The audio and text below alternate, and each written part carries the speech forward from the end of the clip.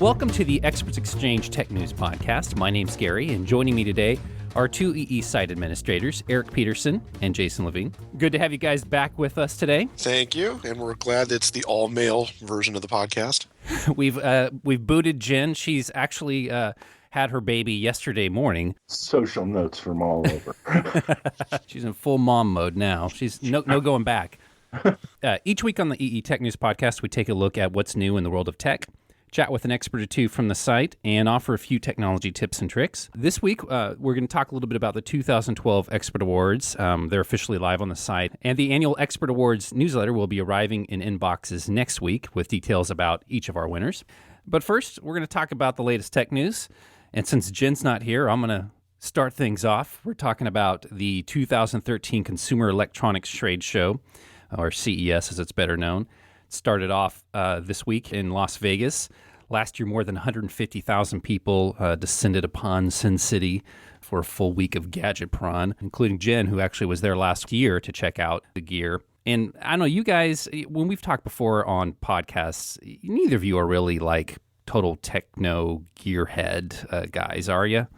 Well, not to the point where I'm going to attend CES and burn that much money to go look at stuff that is going to be in stores within 6 months to a year. Right. You know, I spent quite a previous lifetime going to tech conferences in other industries, and I find them entertaining to just wander around and look at the dough. Yeah, one of the big things that this year so far has been the OLED TVs, which last year I know was a big thing. They were originally introduced in 2008. Yeah, no, it's not this year or last year. I mean, they've been hawking OLED TVs now for 4 or 5 years. Mm-hmm. They're still not really consumer ready, and the ones that are hideously expensive. We had one in the newsletter that was $18,000, $20,000, something like that. Oh, that makes the new LG 84-inch sound like a bargain at $12,000. That's the one they're announcing at CES. Unless you're a 1%er, you're not buying one of those. Yeah, it's crazy because I think around 2009 is when they were introducing netbooks and stuff at CES, and those obviously have come down in price, but for some reason that OLED technology has not been able to break the barrier. Well, it's the production costs are insane for OLED, and if they can't get that down, it's going to be one of these great ideas, but it'll have a very limited consumer application. And you'll see it in other specialized industries. Your microeconomic 101. Of course, having a discussion on micro or even macroeconomics on the internet doesn't really lend itself to good discussion because everybody's thinking, why not? Why is it not free? Everything should be free on the internet. Well, one of the they've been, like you said, they've been hawking these things for a few years. The latest version that came out from Samsung, they have their F8000 TVs, and they, on top of the OLED technology, they've got their smart hub connectivity with content partners, and and now they have a quad-core processor in their TVs, so it's supposed to improve mini response time.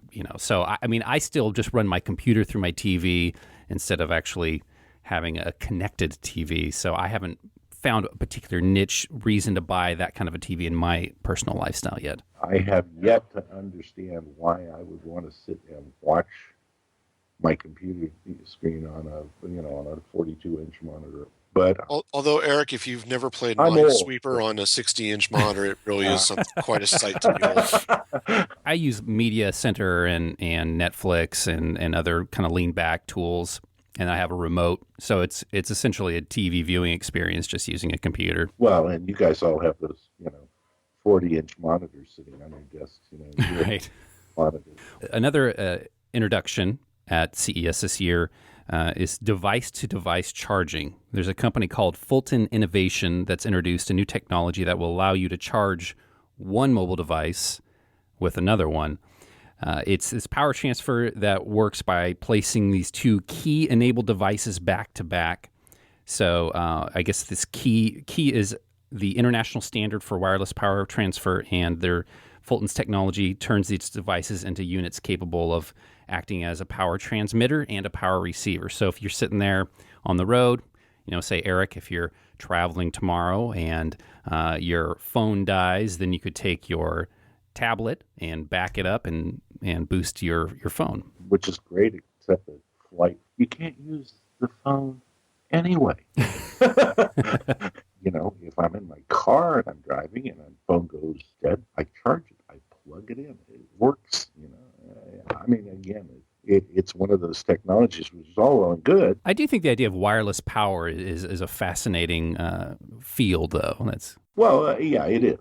I guess. And maybe it's just that it's not very ubiquitous at this point. Stealing limited power supply from one device to give it to another limited device. Right. I can see in some very narrow situations where it would be useful, but as a widespread technology, it's better to have sort of those wireless charging stations, right, where you can just drop your phone on a pad and then pick it up again in half an hour, and boom, it's got a charge on it. That's already out there. Except I think those require that you graft a plate onto the back of your device, which makes it heavier. Right. So there you go. But I just want to say this whole thing about the exchange of the power. I think we're getting very close to that Justin Timberlake movie In Time, where everybody's got a little timer on their wrist and you can steal time from another guy just by shaking hands. Right. That's where we're headed, right? It's finite resources, and we're all going to be stealing from each other. That's right. It's that slippery slope.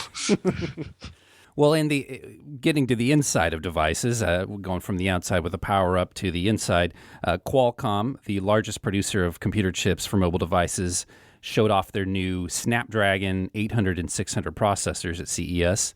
The chips are reported to work 75% faster and are capable of 150 meg speeds over a 4G network, which is quite a significant improvement. I guess the current chipsets can only manage about 35 megs per second. Okay. Who's going to notice? Well, I suppose first you have to have 4G, and then you have to have a smartphone that's, capable of that. What, are you going to watch a high-definition version of Pirates of the Caribbean on a screen that's, 3.5 inches wide? Why? It makes no sense. It really, when you're going to have a podcast about new technologies, it's probably no one better to have than a technology curmudgeon on the show. But up to a point, I can see sitting on a plane looking at an iPad watching a movie. That to a certain extent, makes sense to me. It doesn't make a whole lot of sense to me to do it on a device the size of an iTouch. No matter what it sounds like, you can't see anything. I can't understand the idea of spending a lot of money on devices where, why are you going to do that? Yeah, I suppose it's faster for the sake of fast. It's always bigger, faster, stronger, Right. Oh, I suppose that's true. Well, for those who have to have the latest thing, the new Snapdragon chips are only available in non-Apple devices. So, oh well, there. Yeah, my wife just acquired a Galaxy S3 and upgraded from a BlackBerry, and it's like a whole new universe for her, both in terms of speed, usability, and complexity. So. And my contract's coming up. I don't know what I'm going to do about my Palm Pre. You're going to go Android? The thing is that when I got the Palm, it was the only device that has this mobile hotspot that is killer. I use it almost every time I'm not at home. And considering, the amount of time I spend on Experts Exchange, that's kind of important. So I love it. But here's all these new phones that come out. If I go to another phone, I don't get to keep my free data. Just hold on to that technology till the bitter end. You bet I can. Well, for free data, though. That's true. That's rare to get free data. Yeah, and there are a lot of advantages when you were an early adopter of these technologies. You really milk every last bit out of it before you have to upgrade. Yeah. Right. You're talking to somebody who used, Windows 2002 for a long time. Windows 2000 for an awful long time. I think the Windows 8 has landed with a resounding thud. Yeah. There's not a lot of movement to get it. Now if you buy a brand new laptop with a touch-enabled screen, maybe, just maybe, Windows 8 would be a good choice. But I'm not seeing any companies that I do business with. I don't see them mobilizing to upgrade en masse to Windows 8. I can see a lot not doing it. stuff. I see a lot of individuals who get Windows 8 immediately go out to the secondary market to figure out how to make it work more like Windows 7. That's a bad sign for Microsoft. But if you think about it, it perpetuates the every other OS discussion. They just don't seem to learn, apparently. Yeah. Well, I think what they do is they look at what other people are doing and say, "Oh, we've got to do that. Let's put that into our new operating system." Well, I think their hearts were in the right place. They made the right global decision, which is tablets are big, touch is now a thing and should be integrated. It's just the way this OS came out, it's not taken off, and maybe it'll gather steam and after a slow start, and eventually it'll become the de facto standard. But I'm guessing you're going to see a lot of people hold on to 7 for a very long time, just like a lot of companies have held on to XP for 10 years. Yep. And beyond. I mean, the real mistake that they made is they, even though they say they completely rewrote Windows from scratch for Windows 8, we all know that's not true because of all the backwards compatibility that they have to maintain. Everything else. That really might be the only answer for Microsoft going forward, is they really might have to do a full reboot and just say, you know what? If you want to keep an earlier version running, there's Windows 7, and you go for as long as you can with it. But everything, including all the software, that was written before this whatever version of Windows we come out with, it's no longer going to work. Right. I mean, it's certainly not going to get supported. Yeah, the screaming and the howling will be incredible, but as long as Microsoft keeps forcing themselves to maintain compatibility going all the way back to the Windows 3.1 days in some cases, I don't know how innovative they can actually be. Well, of course, a lot of people have said that Windows hasn't innovated anything since DOS 3.1 anyway. I mean, they've basically seen what other people have done, and they've just been big enough to steal it. Microsoft actually was originally slated to have the keynote at CES, speaking of Microsoft products, but they gave that up and Qualcomm took over. However, Steve Ballmer still couldn't totally avoid this spotlight and popped in to talk about the new Snapdragon processors and how they were going to be used in Windows phones. So that Microsoft not being there obviously was a big thing, but there's a lot going on at CES. It's still going on all week.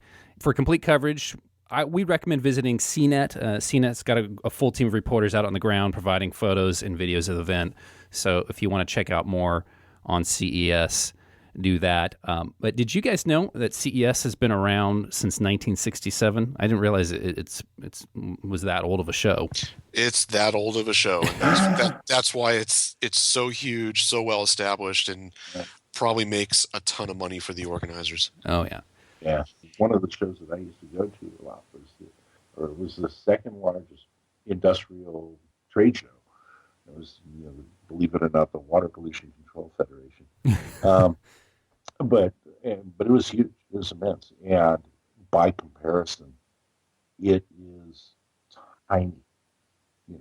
Compared to CES, and CES was just getting started at that time. It had been around for 5 or 6 years, or maybe 10 years at the time I was going to, and I thought, why would anybody go to a show like this? To a consumer electronics show. It was originally a spinoff of the Chicago Music Show, and it might be interesting. I thought this was interesting. A few notable items that have been introduced at CES. 1970, the VCR was introduced. The CD player came out at CES in 1981, and then the DVD player in 1996. Right. In the late 70s, CES was getting somebody, I think IBM went in and showed off their new personal computer, and you had to buy it from Sears. You did. IBM didn't know how, at the time, IBM was selling these big, huge $10 million machines. I find it kind of hard to believe that the CD player came out in 1981. I mean, I didn't get my first CD player, I think, till like 1991, like a good 10 years later. I mean, maybe that's just because, I come from a family of Luddites, but Jason, when'd you get your first VCR? Oh, wow. 1983. Okay. So it was a good 13 years after the introduction there. It's one of the top loader jobs. I'm really trying to remember. I did not grow up. I wasn't a privileged child. I didn't even have an Atari 2600. So I'm trying. I think it would have been a bit. Yeah, in the early 80s is when we got it. Nowadays, do you want to spend $40 to spend 2.5 hours and watch a movie, or do you want to wait, 6 weeks and know that it's going to be available, either on from Redbox or from Netflix or Pirate Bay. I mean, Right. yeah, well, what have you. and Kids, don't try that at home. yeah, kids don't try that at home. And then you're going to sit in your living room if you have to go to the can, and you can just hit the pause button. You haven't missed any of the movie, or if that's probably even the biggest part of the whole video technology improvements, much more so than renting a video cassette. And there you have it, ladies and gentlemen. The greatest technology achievement, the pause button. The pause button, sure.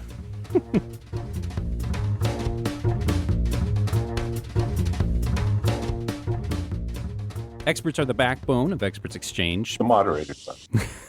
The moderators are more like the appendix. We're there. How necessary are we? I'm not entirely sure. And when we've been removed, it hasn't really hurt the body. So, well, for the past 9 years, we've honored our backbone experts, I suppose. We've honored our top technology professionals with the annual Experts Awards. Award winners receive a top expert T-shirt, an Expert Awards badge, and a platinum-plated trophy that is a replica of the hard drive that recorded the first solution of Experts Exchange in 1996. Eric, have you been involved in the awards since its inception? I started. You started the awards, okay. So they were originally, I was just looking for something to quickly and easily fill a newsletter. So I asked AE's engineering department at the time to run a few queries and get me some stuff that I could put in the newsletter.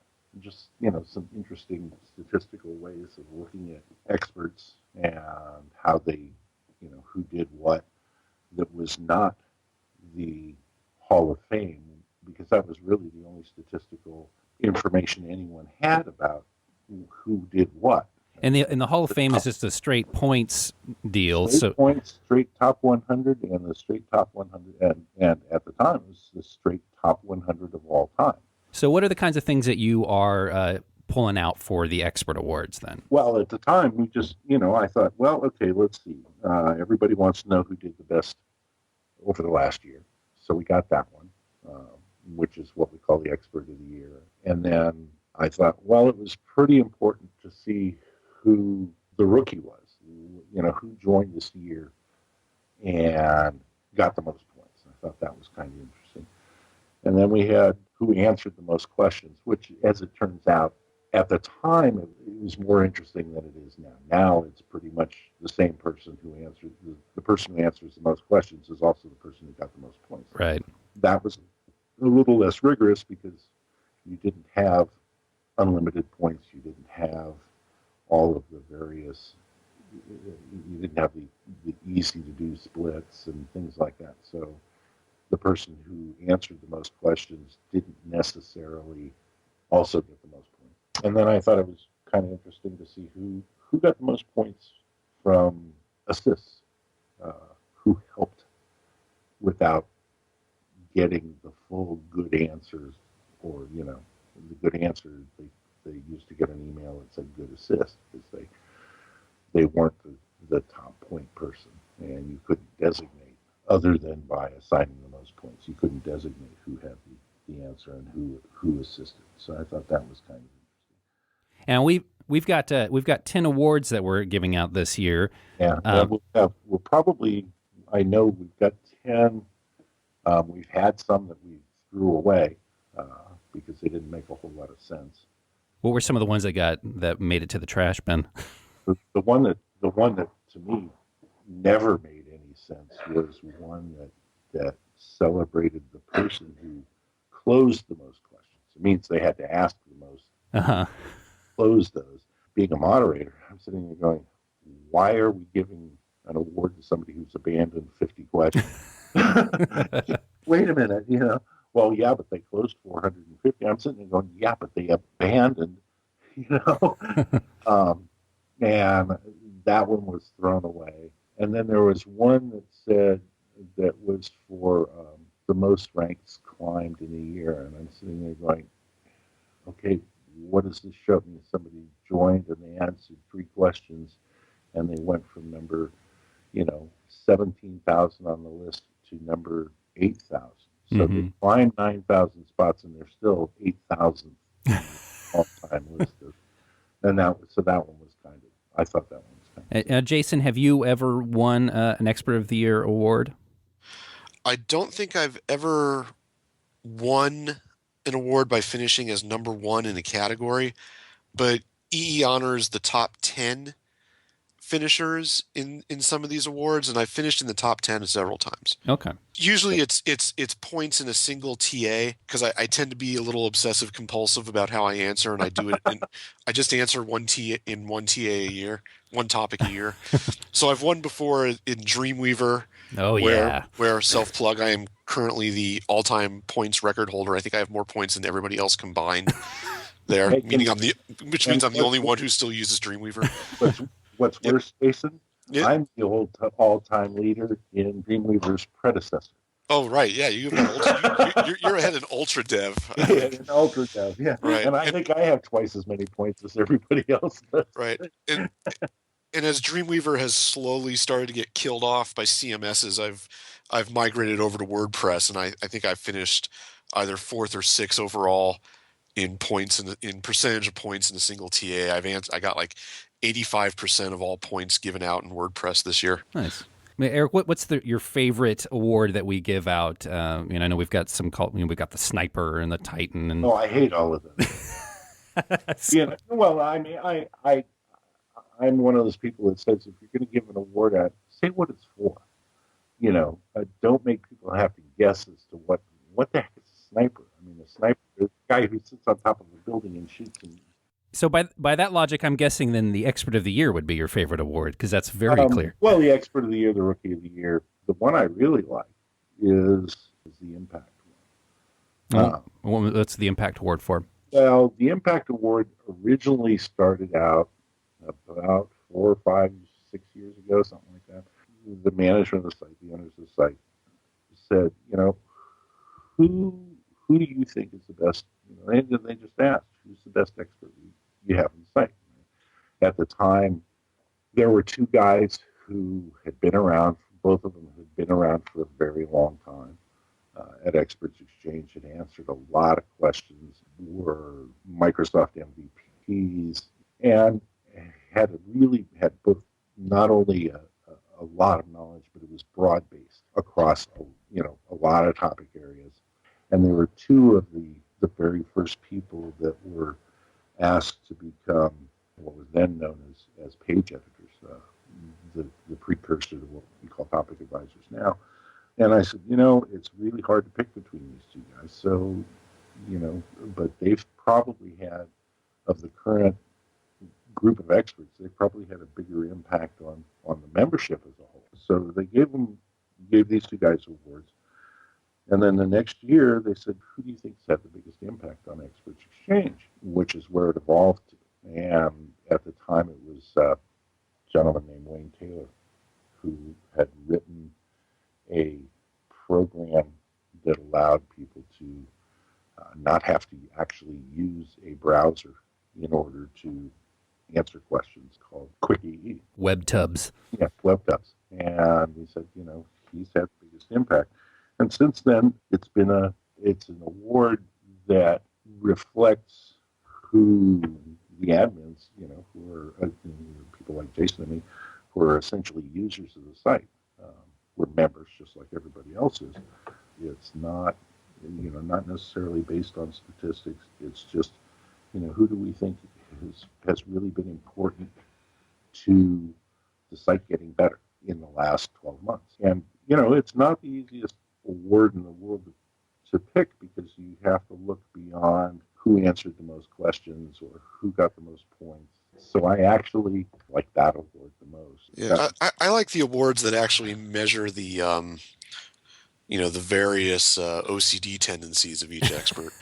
The guy who gets the most points using a mobile device. Right. Yeah, that's a guy who really has too much time on his hands and or his work doesn't like him typing on EE, so he just keeps his Android in his pocket and thumbs it out every so often. The guys and those guys, the people who are answering questions and see, there's one expert he's in the Hall of Fame, been around for a long time. You can use my name, that's okay. No, this is sitting in an airport. You haven't been around that long. JKR was sitting in an airport and was answering questions in C++ using cell phone.